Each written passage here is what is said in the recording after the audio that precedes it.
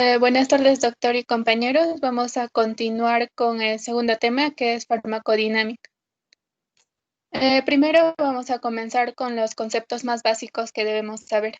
La siguiente, por favor. Ya bueno, primero tenemos que saber qué es la farmacodinámica. Se entiende por farmacodinámica aquella ciencia que estudia los efectos tanto bioquímicos, celulares, fisiológicos de los fármacos y también su mecanismo de acción. En síntesis, lo que estudia la farmacodinámica es lo que el medicamento le hace al organismo. Como ya hemos escuchado en la anterior exposición sobre farmacocinética, era lo que el organismo le hace al medicamento, pero ahora es el medicamento que le hace al organismo. Otro concepto básico que debemos saber es qué es el receptor O blanco. El receptor O blanco es aquella macromolécula celular o complejo macrocelular con el cual el fármaco va a interactuar, o sea, para obtener una respuesta. Pero esta respuesta va a ser modificada, alterada, más no va a ser una nueva respuesta. Es decir, por ejemplo, en nuestro organismo ya tenemos una respuesta fisiológica. Lo que va a hacer el fármaco va a alterar o lo va a modificar, que puede ser en un aumento, que se le llama como un estímulo, o también puede ser una disminución, que se llama una depresión. ¿Qué son los aceptores? Estos son los que no van a causar ningún cambio directo en la respuesta, ya sea bioquímica o fisiológica, pero lo que van a hacer es van a alterar la farmacocinética de un cuerpo. Continuando, tenemos los receptores fisiológicos. Dentro de los receptores fisiológicos tenemos dos términos, uno que es el agonista y el otro es el antagonista. Se conoce como agonista aquella sustancia química que va a imitar a una sustancia endógena, o sea, que es producida por nuestro cuerpo, y que ésta va a causar los efectos de esta misma sustancia endógena. Un ejemplo es la dopamina. Y entendemos como antagonista aquel que bloquea o reduce la acción del agonista.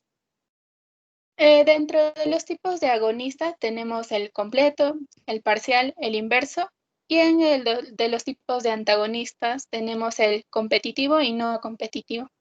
La siguiente, por favor.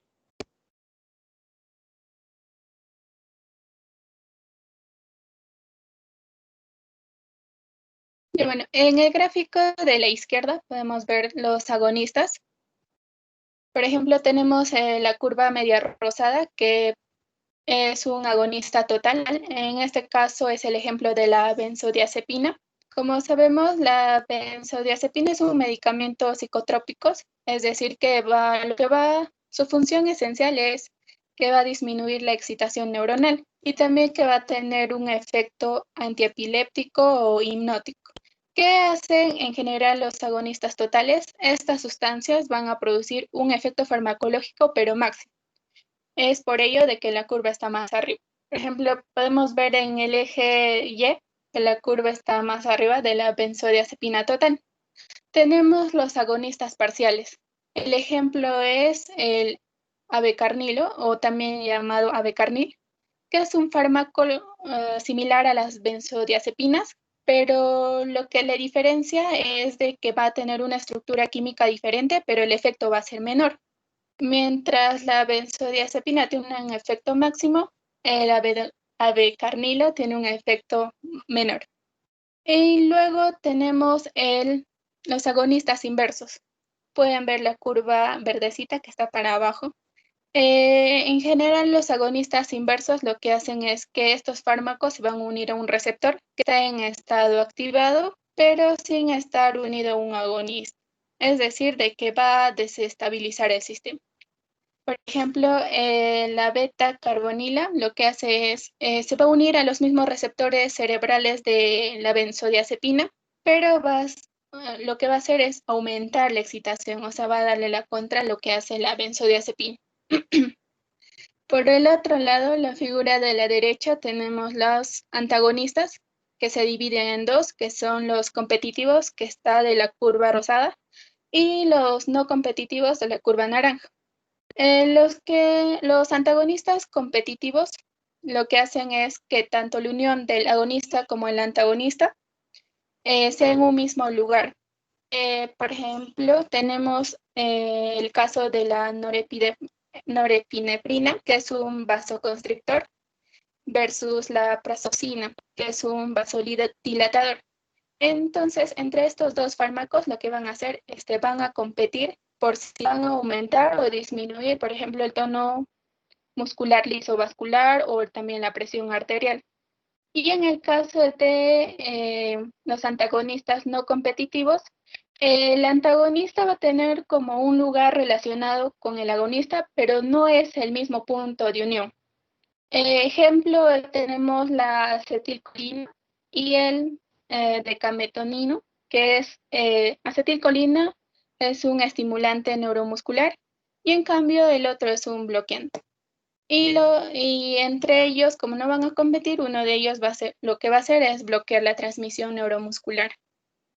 La siguiente.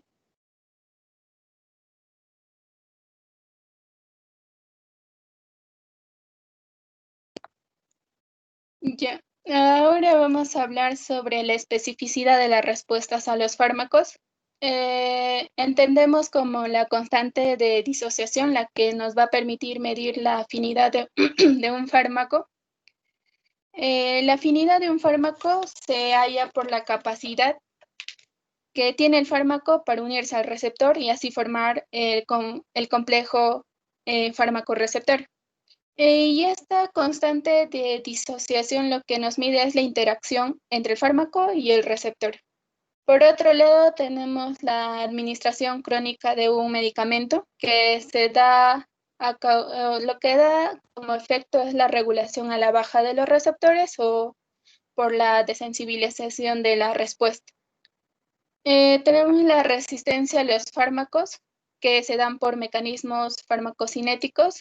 ¿Qué quiere decir? Por ejemplo, que un fármaco se puede metabolizar rápido cuando es una exposición crónica o cuando por mecanismos que impiden que este fármaco o medicamento alcance su receptor. Y también otra de las causas que haya resistencia a los fármacos es por la mutación que hay en el receptor, también llamado blanco, o por las vías bioquímicas alternativas, o sea, que son los efectos del medicamento. Y una cosa importante de que debemos recordar es que los efectos farmacológicos no ocurren por medios de receptores macromoleculares, es decir, que todos los fármacos en sí no van a tener un receptor. Al contrario, hay algunos fármacos que no tienen receptor. Tal es el caso, por ejemplo, del hidróxido de aluminio o de magnesio, que actúan al reducir el ácido gástrico. Por ejemplo, estos no ocurren por medio de receptores. La siguiente, por favor.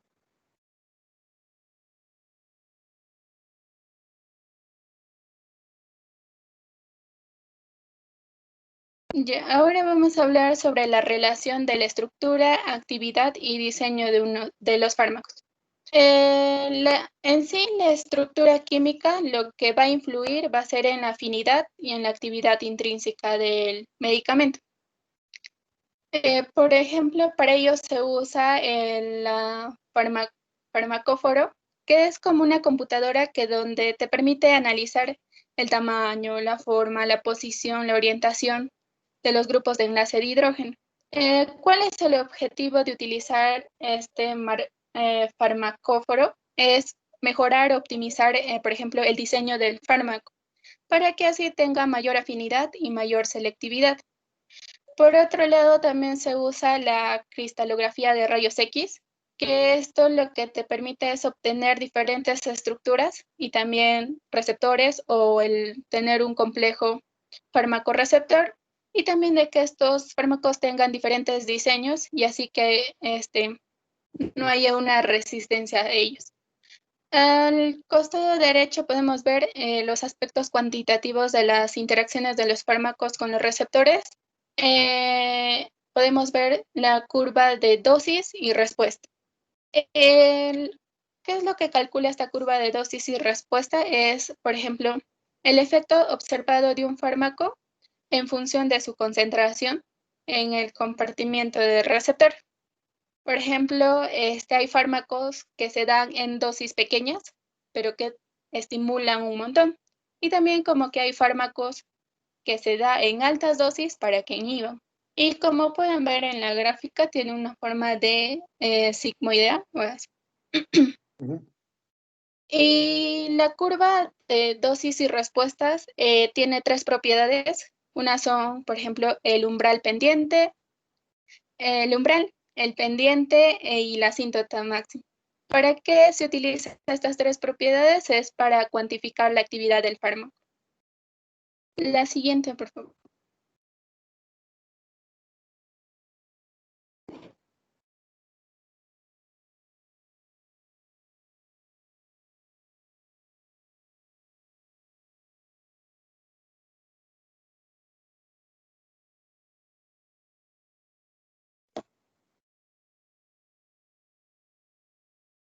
Creo que Mayris se durmió. Ya.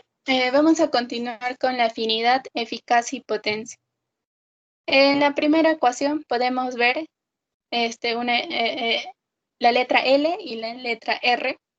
La L significa que es el fármaco o ligando y la letra R es el receptor, que ambos cuando se unen, tanto el fármaco con el receptor, van a formar el complejo fármaco-receptor y eso es la LR. La segunda ecuación es la constante de disociación, que se calcula la constante de velocidad de disociación entre la constante de velocidad de asociación.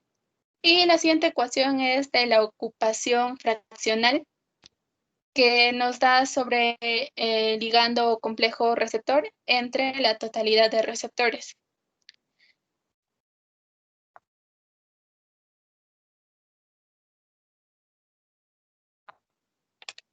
Ya, en el gráfico, por ejemplo, en el gráfico A tenemos la potencia. La potencia quiere decir, por ejemplo, si dos fármacos tienen una respuesta equivalente, y entonces podemos ver en el gráfico el fármaco X y el fármaco Y. Y para ver qué fármaco, o sea, tanto el X o la Y es más potente, si ambos tienen una respuesta equivalente, entonces nos dice de que el fármaco que esté más a la izquierda va a ser mucho más potente que el fármaco que esté a la derecha. Y entonces, este caso sería el más potente, es el fármaco X. Tenemos el otro gráfico que es la eficacia, que se entiende como eficacia es cuando la capacidad de un fármaco en activar el receptor y así generar una respuesta. Se dice de que, por ejemplo, aquellos fármacos que tienen alta eficacia son aquellos que son agonistas completos y los que tienen baja eficacia son los que son agonistas parciales, o sea, tienen un efecto menor a los que son completos o totales. Y, por ejemplo, si un fármaco se une a un receptor y la eficacia, por ejemplo, nos sale cero, entonces podemos decir de que es un antagonista. Al siguiente, por favor.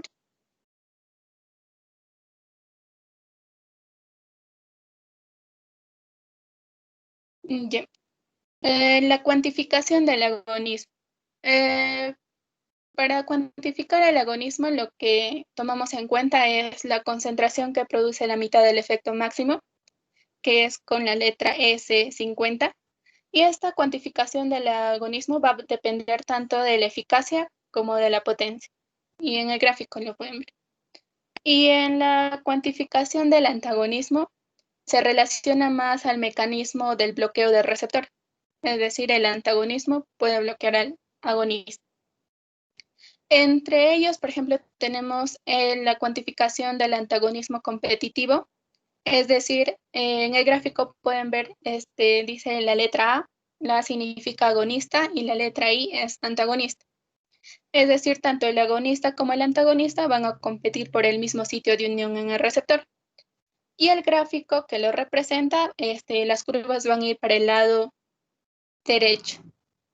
Tenemos el otro caso del antagonismo pseudo irreversible, es decir, de que el antagonista se une al mismo sitio que el agonista, pero lo hace de una manera irreversible o, como su nombre mismo le dice, pseudo irreversible. Y en el gráfico, las curvas se van a ir para la derecha y va a tener como una depresión progresiva. Y el otro es el antagonismo alostérico, que nos da a conocer de que ligando alostérico se une a un sitio diferente. Ujú. Y en el gráfico podemos ver de que las curvas se van para la derecha, pero para abajo. Siguiente. Ya, doctor, le doy pase a mi compañero. Muy bien, doctora. Buenas tardes, doctor. Compañeros, prosiguiendo con la exposición, ahora les hablaré sobre los hologramas. Estos son gráficos que nos van a mostrar la actividad y el sinergismo de una combinación de fármacos. La mayoría de veces se utilizan la combinación de fármacos de diferentes mecanismos de acción en pocas concentraciones para poder reducir los efectos adversos. A esto se le va a llamar efectos sinérgicos, aditivos y positivos. En el gráfico de la izquierda podemos ver el sinergismo entre dos fármacos, el fármaco A y B. El valor de la concentración media efectiva máxima del fármaco B va a ser de 400 y el valor de la concentración media efectiva máxima del fármaco A va a ser de 40. La línea que va a unir estos dos valores se va a llamar aditivo, el cual nos muestra las cantidades necesarias que se requieren para poder tener una respuesta máxima media al combinar estos dos fármacos. Para que los fármacos sean aditivos, las proporciones en las cuales se combinan deben ser constantes. Si no son constantes, se les llama sinergismo negativo, el cual va a ocasionar efectos subaditivos, lo que quiere decir que estos fármacos actúan de una mejor manera independientemente, pero no combinando. Siguiente, por favor.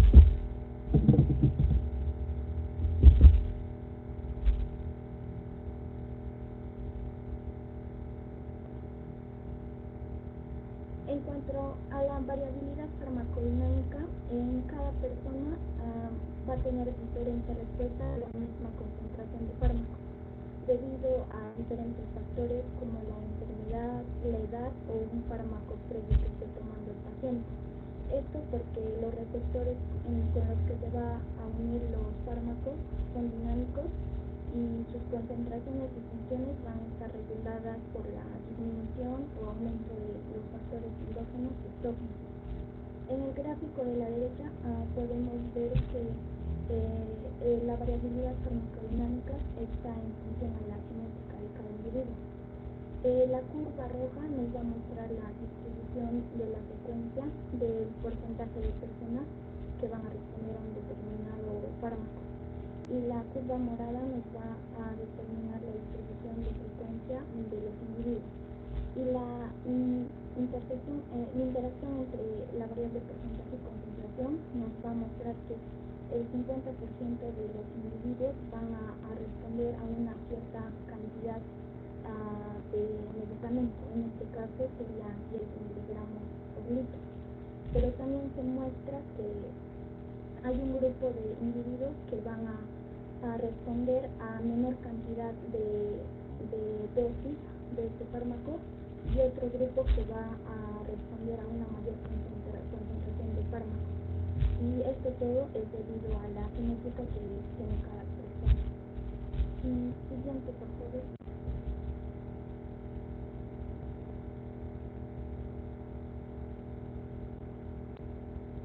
En cuanto al índice terapéutico, es el margen de seguridad que nos va a proporcionar cada fármaco respecto a su dosis efectiva y a su dosis letal.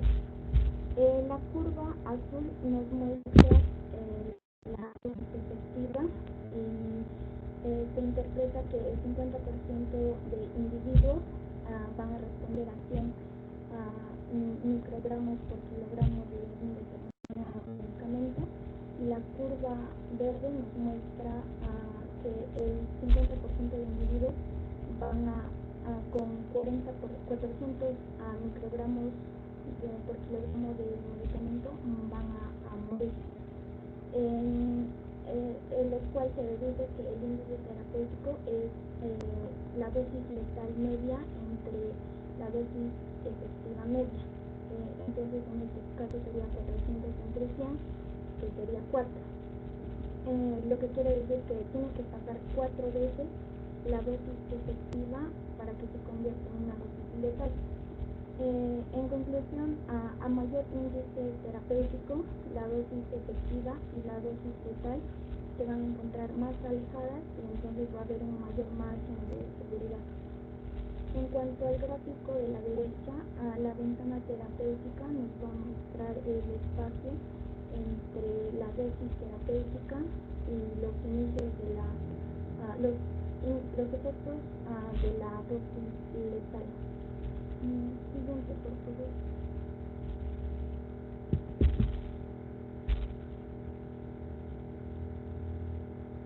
Los factores que modifican la acción del fármaco. Como ya les estaba diciendo, cada paciente va a ser afectado por diversos factores y estos van a requerir diferentes dosis para poder tener una terapia óptima.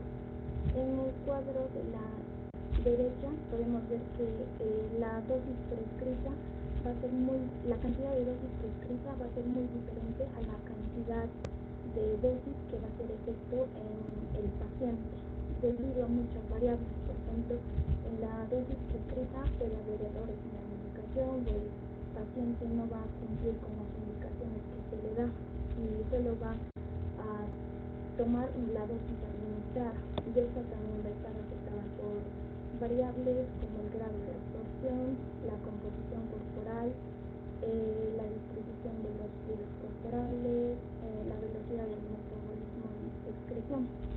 Y esto va a ser una menor cantidad, se va a concentrar en los sitios de acción, pero también estos van a ser afectados por variables como fisiológicas, patológicas, genéticas, y la cantidad neta que va a realizar efectos en el tejido del paciente va a ser diferente a la dosis que hemos prescrito.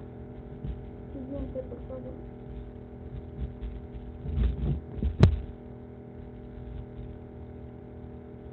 Como yo les dije, mayormente se combinan fármacos, esto con el objetivo de tener efectos aditivos o porque el paciente tiene múltiples enfermedades. Pero hay una poca probabilidad de saber qué es lo que va a causar la combinación de fármacos. Entre ellos puede provocar toxicidad o inhibir el efecto del fármaco y su beneficio. Pero no solo se da por combinación entre fármacos, sino también se pueden combinar con suplementos o intracéuticos. En las interacciones farmacológicas van a haber dos, las farmacocinéticas y las farmacodinámicas. En cuanto a la terapia combinada, es un tratamiento óptimo que se va a realizar en ciertas enfermedades como la hipertensión, el cáncer y la insuficiencia cardíaca. Un ejemplo de esto es la warfarina. Cuando se le combina con ingesta de vitamina K en la dieta, esta va a afectar a su farmacodinámica. Pero si la warfarina se combina con antibióticos, este antibiótico va a reducir la síntesis bacteriana de la vitamina K, la cual va a favorecer el efecto de la warfarina. Pero si la warfarina se combina con antiinflamatorios no esteroideos, van a causar hemorragias, las cuales van a ser 4 veces más graves que cuando se administra solo la warfarina. Siguiente, por favor.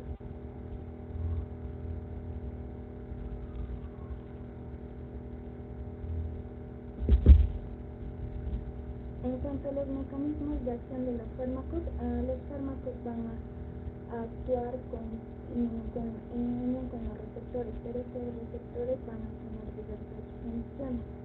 Están los receptores que afectan las concentraciones de ligandos endógenos. Los fármacos van a regular la síntesis, el transporte, el metabolismo y la liberación de ligandos endógenos, como los neurotransmisores o hormonas. También hay receptores de fármacos asociados con procesos extracelulares. Estos fármacos van a tener como receptores enzimas y moléculas, las cuales van a controlar los tales como trombosis, inflamación y defecto inmune. Siguiente, por favor.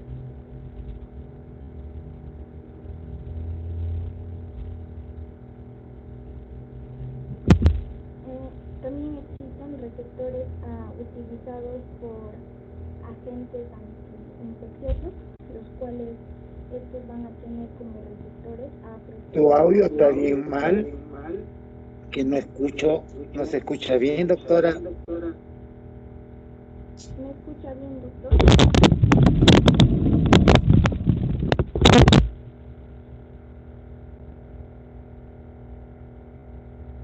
¿Me escucha bien, doctor? Disculpe, creo que es mi internet.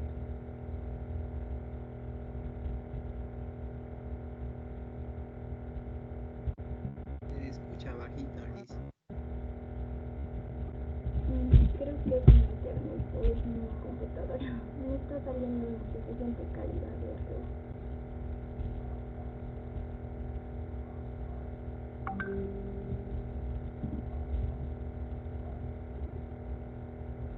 Doctor, no voy a hablar por mi celular porque creo que mi laptop está fallando.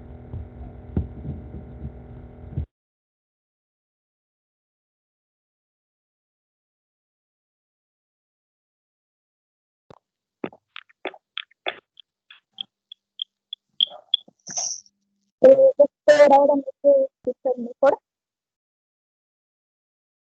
Un poco, muchito, más o menos 10%.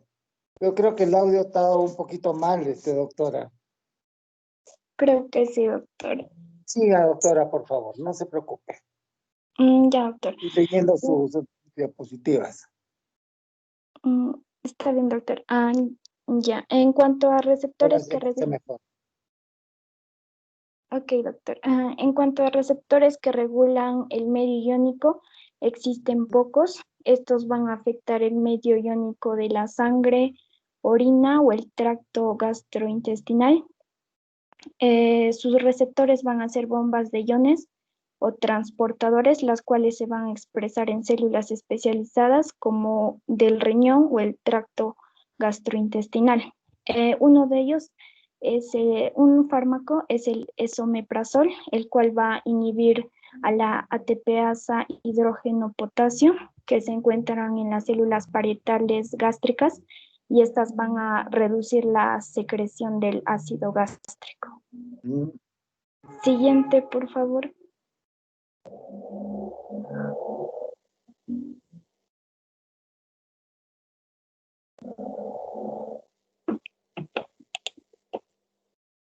En cuanto a las vías intracelulares activadas por receptores fisiológicos, los receptores van como ya lo dijo Thalía, van a enviar las señales extracelulares y estas van a alterar las funciones celulares de dos maneras. De manera directa, que va a ser en el blanco celular o en la proteína efectora, y de manera indirecta a través de moléculas intermediarias o también llamadas transductores. Los receptores van a tener dos dominios, que va a ser el LBD y el dominio efector, las cuales van a ayudar a unirse al ligando o propagar el mensaje. Esto se va a dar en la superficie de las células. El sistema receptor-efector va a estar constituido por el receptor, el blanco celular y el transductor. Siguiente, por favor.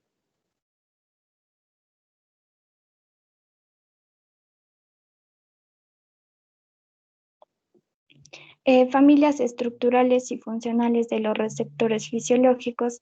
Los receptores se van a unir según sus similitudes bioquímicas. En este caso, los receptores unidos a proteína G van a ser receptores transmembrana, los cuales tienen como ligandos a los neurotransmisores y van a cumplir funciones como en el sistema nervioso central, va a regular la actividad nerviosa, y en el sistema nervioso autónomo periférico van a actuar como receptores de los neurotransmisores. Estos también van a tener algunos subtipos y se van a dimerizar, van a tener la dimerización del receptor. Esto se refiere a que regulan la afinidad y la especificidad del complejo por proteína G. Eso sería todo por mi parte. Gracias. Ahora doy Bien, pase a doctora. mi Muy bien. compañera Mayra. Muy bien. Ya. Buenas tardes, doctor. Buenas Hola, tardes, doctora. compañeros. Voy a continuar con la parte de familia de los receptores. Como dijo mi compañera Liz, vamos a hablar sobre cómo los receptores se agrupan en 6 familias principalmente. La primera familia es los receptores acoplados o unidos a la proteína G. Entonces, como ya mi compañera Liz hizo un pequeño preámbulo sobre estos receptores, yo voy a hablar ahora sobre la proteína G. Entonces, los receptores se acoplan a esta proteína. ¿Pero qué es esta proteína? Esta proteína es un heterotrímero porque está compuesto por 3 subunidades. La subunidad alfa, la subunidad beta y la subunidad gamma. ¿Ok? Ahora, en cuanto a la subunidad alfa, es la que va a encontrarse unida al guanosindifosfato. Además, esta subunidad va a tener como 4 subtipos, es decir, la subunidad GS alfa, la GI alfa, la GQ alfa y la G12 tercios alfa. Cada una va a modular un efector, pero eso vamos a hablarlo detalladamente después. Ahora, en cuanto a la subunidad beta y gamma, van a formar como un dímero, se van a asociar. Además, hay que tener en cuenta que gracias a la subunidad gamma es que la proteína G se encuentra en esa parte de la membrana, ya que sufrió una preanilación, es decir, una lipidación. Se le añadió, en este caso, lípidos a esa proteína y es por eso que se encuentra en esa membrana, en ese sitio. Ahora, como se pueden dar cuenta, es el azul, que son como 7 barriles, es el receptor. Okay, es el receptor acoplado a la proteína G, que como dice, su estructura son 7 hélices alfa. Y hay 7. Ok, entonces eso se une a la proteína G, que como dijimos son las 3 subunidades. Entonces, aquí podemos ver el complejo receptor proteína G en su estado basal, es decir, cuando no está unido al ligando. Está inactivo. Cuando el ligando se une, cuando el agonista se llega a unir a este complejo, el guanosindifosfato que está unido a la subunidad alfa se libera. Y entra la guanosintrifosfato y ahí se activa la subunidad alfa. Ahí se considera activo. En cuanto al dímero que forma las otras 2 subunidades, cuando el ligando se une, también se liberan y también se activa. Cuando estas dos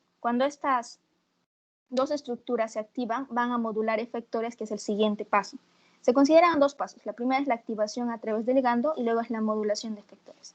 Ahora, también puede volverse desde su estado activo a su estado basal mediante la hidrólisis del GTP, que va a ser gracias al RGS. ¿Ok? Sigamos. Nos quedamos en la modulación de efectores, que es el siguiente paso. La modulación de efectores es que, en este caso, por ejemplo, ¿se acuerdan que les dije que la subunidad alfa cae en 4 subtipos? Por ejemplo, el subtipo GS va a hacer que se dé una activación de la adenilil ciclasa, mientras que el subtipo GI alfa va a hacer que se dé más bien lo contrario, una inhibición de la síntesis de la adenilil ciclasa. Y la GQ más tiene que ver con el PLC. Ahora, en cuanto al dímero de la subunidad beta y gamma, ellos van a tener más que ver con la activación del PI3K y la activación del canal del potasio y la inhibición del canal del calcio. Ahora, cuando hay una sobreestimulación del receptor, lo que va a haber es una regulación a la baja. Esa regulación a la baja consiste en que el GRK, que es una sinasa, va a fosforilar la cola terminal C del receptor. Entonces, a esa cola terminal fosforilada se va a unir la respina y eso va a hacer de que ya no se pueda unir la proteína G al receptor y tampoco pueda haber señalización.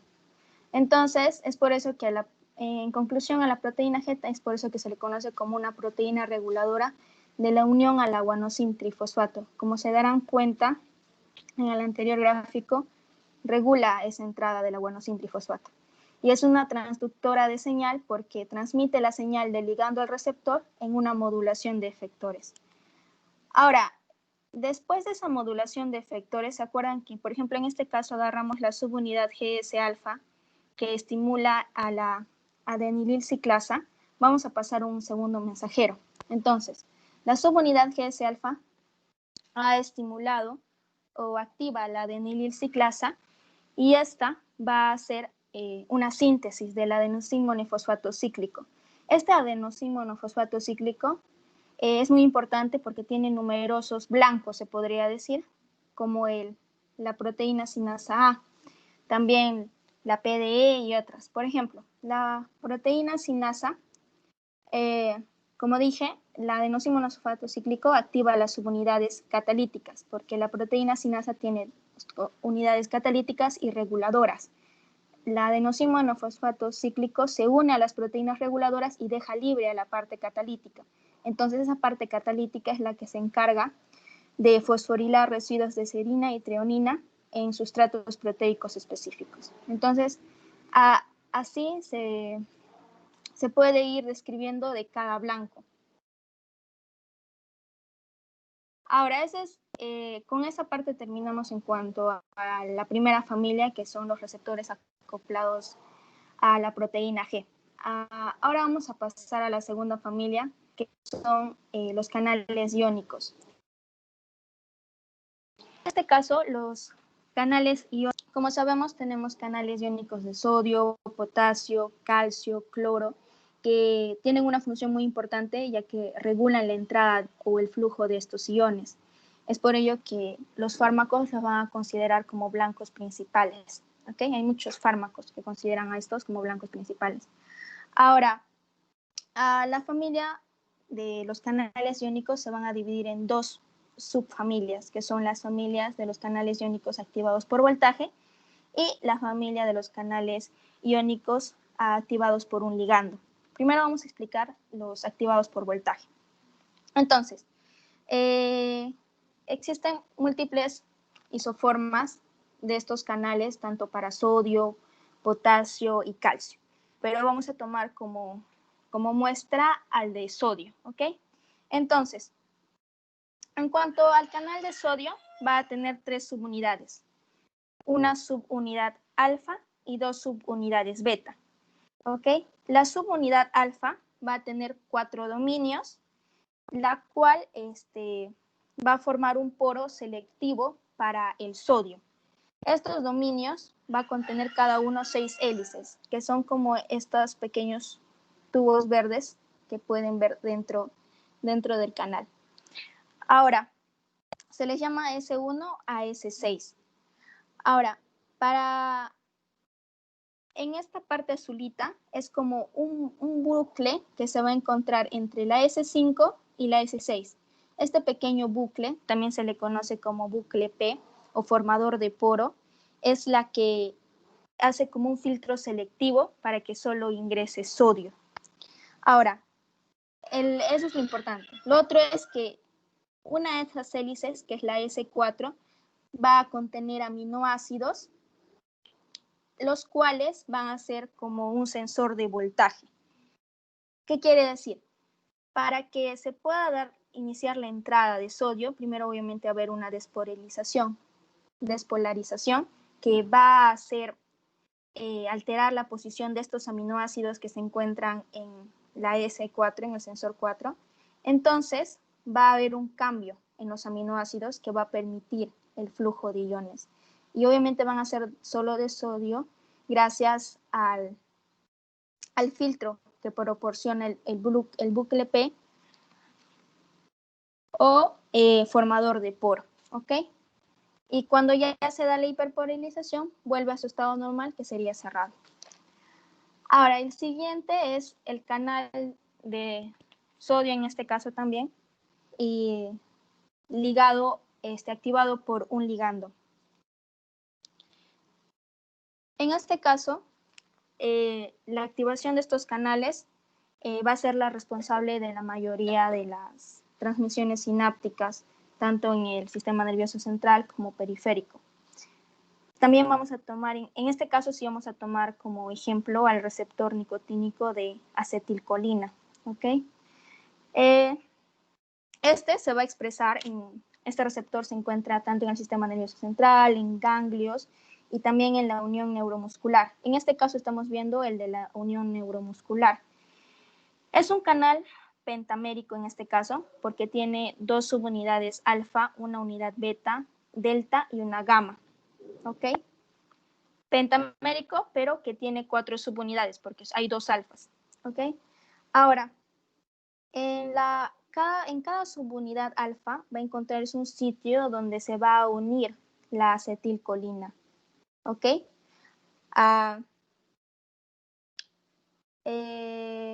Cada subunidad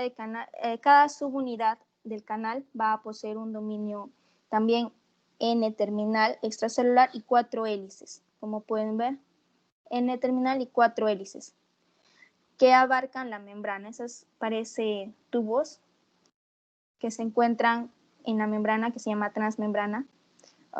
Ahora, la apertura del poro en el canal, en este caso, mide mucho más que el tamaño de los iones, ya sea de sodio o potasio. Es por ello que estos canales no van a tener la selectividad que tienen los canales activados por voltaje.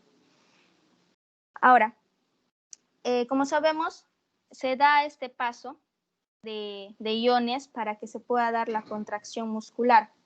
Y en farmacología se usa mucho esto para poder producir relajación muscular durante una cirugía al administrar antagonistas competitivos de la acetilcolina como el rocuronio, y así se inhibe al receptor ACH.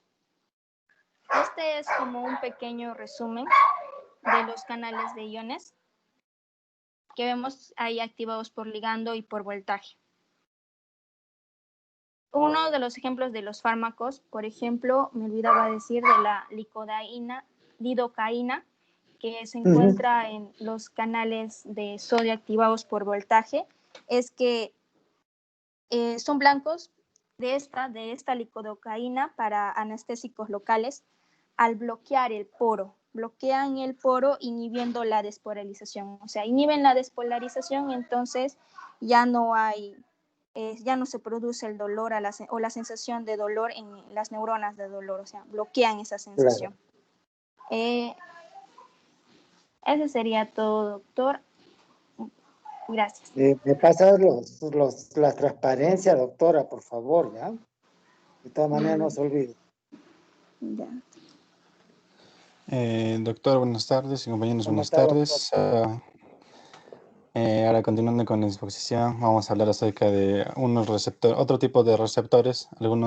Primero vamos a hablar de los receptores transmembrana asociados a enzimas intracelulares y del tránsito de metabolitos intermedios y sus efectos. Siguiente diapositiva, por favor.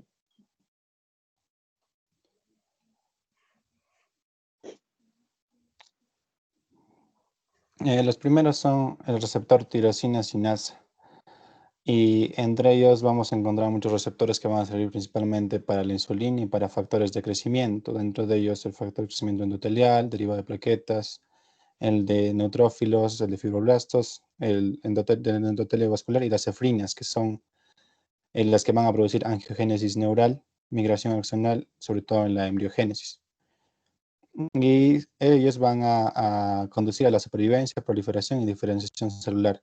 Dentro de la estructura del receptor tirosina sinasa vamos a ver que se conforma de cadenas polipeptídicas unidas a grandes dominios extracelulares con contenido de cisteína, un dominio transmembrana corto y una región intracelular que tiene las proteínas sinasas que van a hacer la actividad enzimática. Siguiente, por favor. Y ahora vamos a ver lo que sería el proceso de activación de este receptor.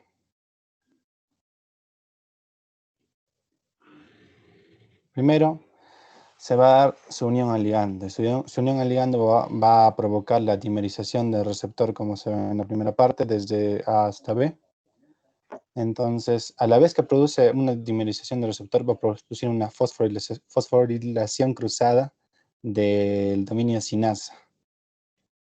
Y en este dominio se van a formar los sitios de acoplamiento de los dominios SH2, que estos dominios de SH2 son los que van a permitir el acoplamiento de otras proteínas que tienen también ese dominio. Entonces se va a formar un complejo de señalización dentro de la proteína tirosina sinasa con estas proteínas que son intracelulares.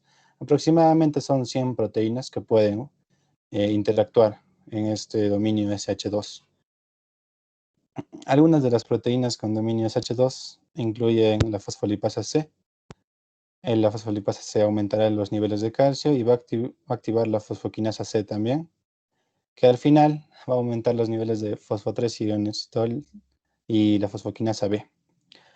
Entonces, esta serie de cascada lo que va a ayudar al final es a regular la mTOR, que es la diana de la rapamicina, que está implicada en lo que sería diferenciación celular, inhibe la apoptosis, inhibe la autofagocitosis y promueve la supervivencia celular.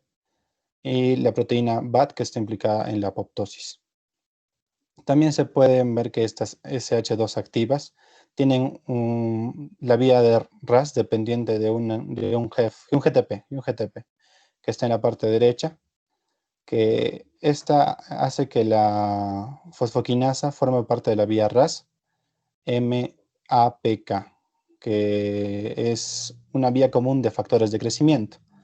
Entonces, por ejemplo, esta vía tiene importancia cuando hay mutaciones constitutivas oncógenas y se aplican los fármacos contra esto.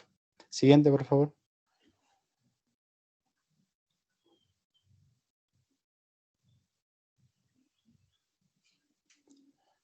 Otra vía es la vía del receptor JAK-STAT. Son receptores para citocinas, como el interferón gamma, pero también pueden ser receptores para hormonas del crecimiento, por ejemplo, la prolactina. Son más directos que las tirosininasas porque no tienen a la tirosininasa acoplada a él, pero sí la usan. Esta actividad no tiene actividad enzimática intrínseca, pero diferente, o sea, con lo que se refiere al receptor, pero sí usa a la tirosininasa. Esta se llama JAK y va a fosforilar a otra proteína que tiene el nombre de STAT, lo que va a producir una transcripción genómica. También participa en la vía de la fosfo-3-ionositolquinasa, con las mismas regulaciones de la mTOR para la diferenciación celular y también para lo que sería la vía del RAS para la proliferación celular. Siguiente, por favor.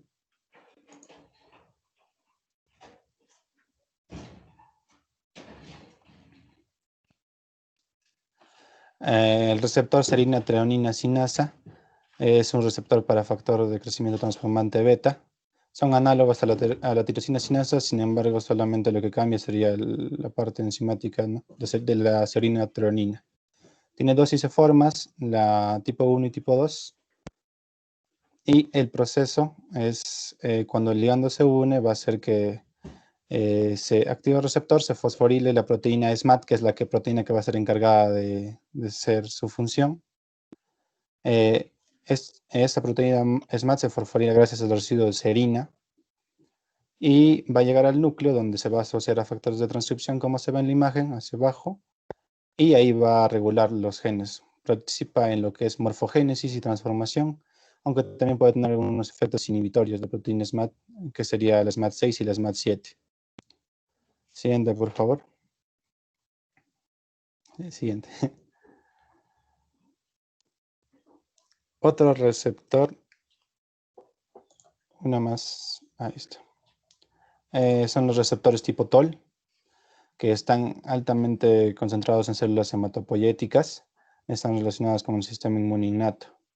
Dentro de su estructura vamos a poder ver una cadena polipeptídica, un dominio corto en región y una región citoplasmática llamada TIR, que no tiene una actividad enzimática intrínseca, pero sirve para que estas proteínas como vamos a ver en la otra imagen, hay dos proteínas que va a servir para unir que se denominan MAL, y la otra que está en la imagen, que es la MIT88. A su vez, esta proteína MIT88 va a reclutar a las proteínas IRAC, que van a autofosforilarse y formar un complejo con ella. Luego, este evento de fosforilación también recluta al TRAF6, que es un factor asociado al receptor de factor de necrosis tumoral, que va a facilitar una interacción con la ubiquitina ligasa. Y en resumen, va a poder interactuar con la proteína TAC1 y TAP2. Y estas proteínas TAP1 y TAP2 son parte del núcleo, que son parte de la vía de la señalización del MAP y la NF-κB. Estas vías tienen importancia por transcribir genes inflamatorios, por eso está relacionado al sistema inmune. La siguiente, por favor. Los receptores del factor de necrosis tumoral, al igual que los receptores del tipo TOL, tienen una función para la inflamación, pero no solamente para eso. También va a tener una función para lo que sería la apoptosis. El dominio intracelular de estas se le denomina dominio de muerte. Y hay dos tipos de receptores.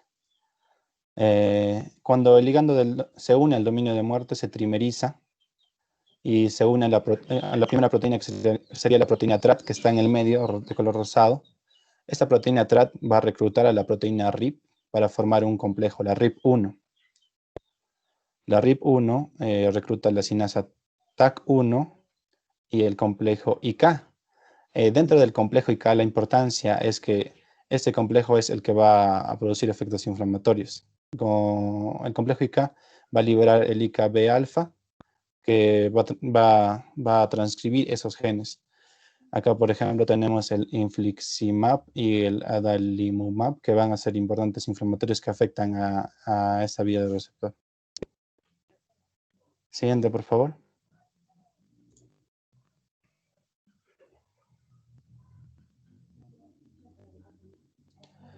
Hay receptores que estimulan el GMP cíclico, como también habíamos visto antes que estimulaban el AMP cíclico, pero estos son receptores de péptido natriurético, y este péptido hay de tres tipos, el A, el B y el C. Estos se secretan. Primero, estos se encuentran en tejidos cardíacos y sistema vascular. Estos se van a secretar después de la expansión de volumen intravascular o estimulación de hormonas presoras, lo que quiere decir que va a haber una sobrecarga de volumen intravascular, y por eso se van a secretar. ¿Para qué? Para disminuir la presión arterial, para reducir la hipertrofia y fibrosis cardíaca, y como función secundaria estimular el crecimiento de huesos largos. Los receptores que se van a corresponder son de dos tipos, el A y el B. Estas son guanilil ciclasas activadas por ligando. El primero, el NPRA, está expresado en riñón, pulmón, tejido adiposo, tejido muscular, estriado cardíaco, y usa el péptido natriurético de tipo A y de tipo B para mantener el sistema cardiovascular normal, evitar la hipertensión, como habíamos dicho. Y, por ejemplo, el agonista sintético de esto, del BNP, que es la nesiritida, se usa en el tratamiento de insuficiencia cardíaca descompensada aguda para producir esos efectos en los que estamos viendo ahí. El siguiente, por favor. Acá vamos a poder ver el gráfico de lo que les estoy hablando. Ahí está, el péptido natriurético A se une al receptor de dominio de guanosil ciclasa, y ahí va a formar el GMP cíclico. Y así como el AMP cíclico también tiene varios efectos. Por ejemplo, estos a través de la fosfoquinasa G y la fosfodiesterasa. También podemos mencionar la NOS sintasa, que está en la parte de arriba, que esta se va a expresar cuando hay una elevada concentración de calcio, porque hay contracción. Entonces, la calmodulina va a ser la encargada de producirla. Y hay tres tipos de NOS sintasa, la N-NOS, la E-NOS y la I-NOS. La I es la inducible, que es producida por la inflamación, y las demás son activadas solamente por el calcio. Entonces, vamos a ver que este NOS sintasa lo que va a producir es el óxido nítrico, que va a interactuar con la guanosina ciclasa soluble para formar más GMP cíclico, por lo tanto, acentuar su efecto, que sería la vasodilatación. Lo hace de muchas formas, por ejemplo, inhibiendo la liberación del fosfoinositol 3, y eso hace que inhiba los canales de calcio para que deje de entrar el calcio. También fosforila el fosfolamban, que es un modulador de la bomba de calcio que hace que se recapte más calcio, y la apertura del canal de potasio activado para la hiperpolarización de la membrana y reduce la entrada de calcio. Siguiente, por favor.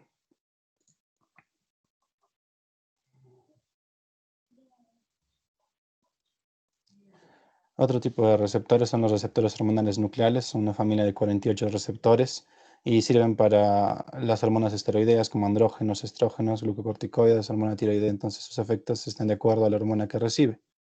También sirven para los ácidos grasos, ácidos biliares, metabolíticos, lipídicos.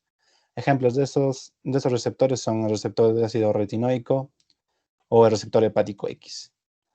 Dentro de esa estructura tenemos 4 dominios principales. Dentro de los más importantes son el N-terminal, que es la región de activación para la transcripción. La segunda, que es donde se une el ADN, y la región C-terminal, que es donde hay una región bisagra, que esto es importante porque se une un coactivador o un coinhibidor. Y de acuerdo a esto van a producir sus efectos. Siguiente, por favor.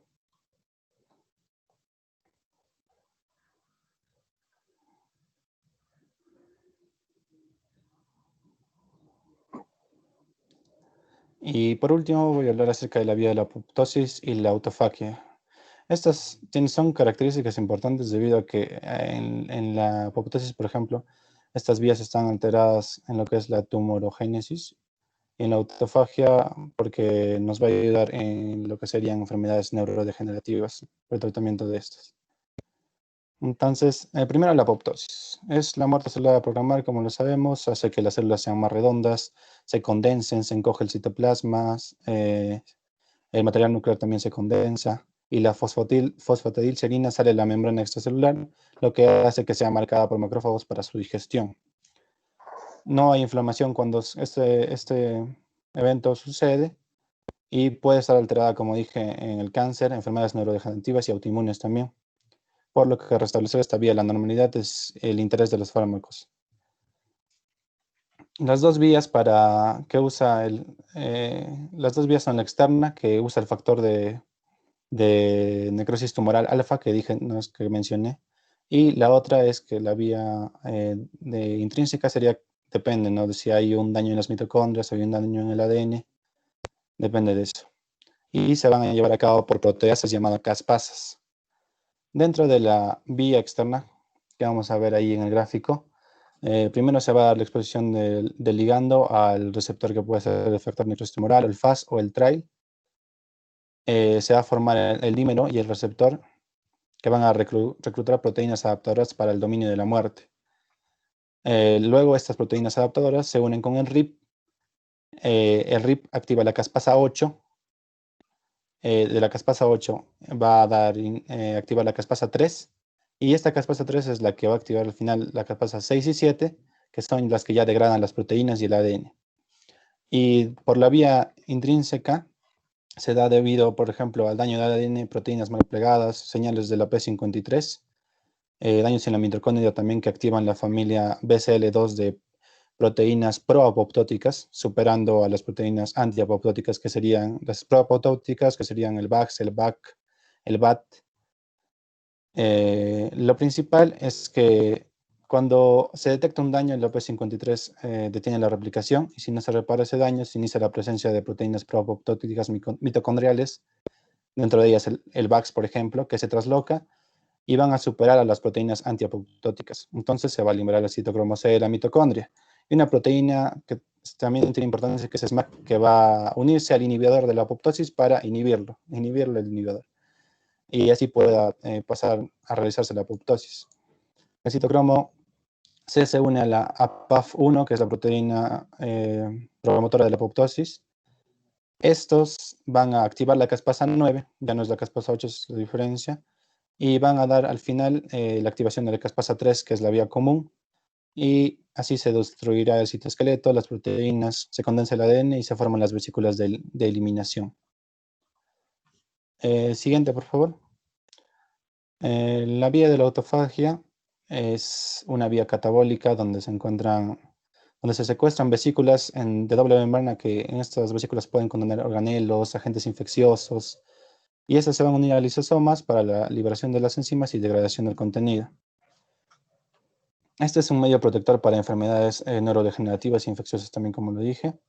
Ayudan a la supresión tumoral, por ejemplo, pero esto es relativo, ayudan a la supresión tumoral en tumores cerebrales, donde la falla de esta autofagia genera un mal pronóstico, pero en otros es promotor, por ejemplo, en el cáncer de mama o mario, porque ahí favorecen la supervivencia metastásica en condiciones de donde no hay nutrientes. Entonces, la autofagia es un medio de adquirir estos nutrientes. Los genes encargados de esto se denominan ATG y inducen a la formación de vesículas con unión de lisosomas para posteriormente la degradación de contenido. Está regulada por diversas vías. Dentro de unas de ellas el ejemplo es, por ejemplo, la vía fosfo-3 ionoacetol, la fosfoquinasa B y la mTOR. La mTOR activada inhibe la autofagia. La BCL2 también, cuando se une al BCLIN1, que es la principal ATG, va a inhibir la autofagia. El BCLIN1 unido al JNK1 va a promover la autofagia. El complejo ubiquitina-proteasoma, unido también a este BCLIN1, inicia la autofagia, y el P53 inhibe la autofagia. Bueno, eso es todo por mi parte. Ahora vamos a hablar un poco de las disociaciones. Muy bien, doctor. Muy bien. Buenas tardes, doctor. Yo voy a continuar con Buenas los tardes. Buenas tardes. tres últimos puntos de esta exposición. Primero hablemos de la desensibilización del receptor. ¿Cuándo ocurre esto? Cuando el agonista va a actuar y va a estimular a la célula, en realidad a su receptor, de una manera muy continua, es decir, abundante, demasiado. Entonces, ¿qué va a generar? Que la célula se adapte, que es sinónimo de desensibilizarse. ¿Qué quiere decir esto? Que el efecto del agonista o del fármaco a la misma concentración que se estaba utilizando va a disminuir, ya no va a ser el mismo. Y un ejemplo son lo que sucede con los receptores de los beta-adrenérgicos para el tratamiento del asma. Ahora, en caso contrario, cuando hay supersensibilidad a agonistas, que quiere decir que es la reducción crónica de estimulación al receptor, esto se va a generar cuando dejas de utilizar, digamos, el agonista por mucho tiempo. Cuando dejas de utilizar el estimulante por mucho tiempo, ¿qué cosa? La célula va a volver muy, muy sensible a este agonista cuando se vuelva a utilizar. Siguiente diapositiva, por favor.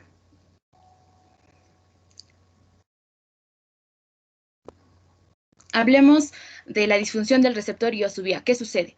Bueno, cuando hay una alteración, ya sea en el receptor o en su vía de señalización, se va a generar una enfermedad. Por ejemplo, cuando hay pérdida de un receptor, se va a generar un trastorno fenotípico. Y esto es un ejemplo de esto es el síndrome de feminización testicular, cuando el receptor de adrenérgicos falla. La siguiente es cuando la vía de señalización es deficiente. Cuando ejemplos de esto van a ser la miastenia gravis, la diabetes mellitus resistente a insulina. Ahora, ¿qué pasa cuando el receptor es aberrante? Bueno, bien puede suceder una supersensibilidad, una subsensibilidad. En resumen, las respuestas van a ser fuera de lo normal. Sabemos muy bien que todas las personas somos muy diferentes.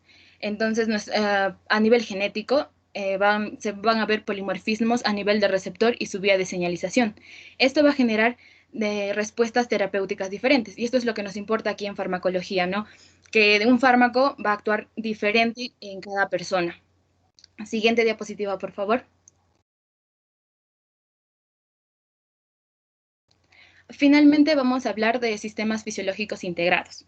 Bueno, para que suceda una respuesta fisiológica en nuestro cuerpo, existen diversas vías.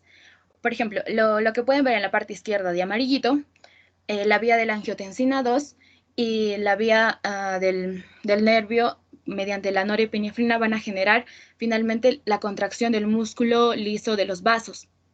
En caso contrario, el péptido natriurético tipo B y el óxido nítrico van a generar la relajación de este mismo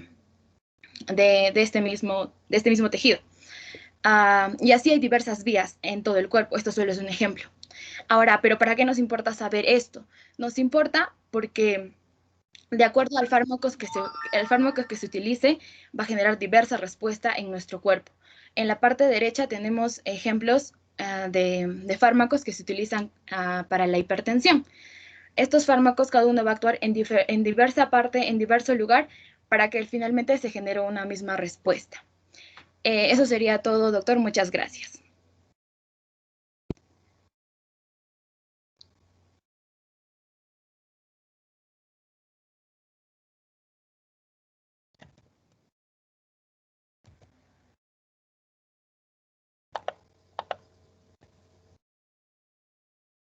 Doctor, ¿me escucha?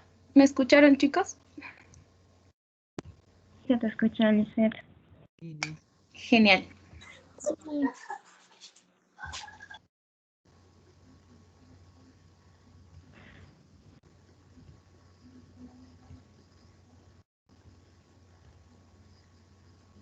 Hay otro tema pendiente, está apagado mi. ¿Hay otro tema pendiente, Lisbeth? No, doctor, eso sería todo por hoy. Más bien ahorita tenemos clase de patología especializada. Ya, doctores, muy agradecido por su tiempo. Gracias.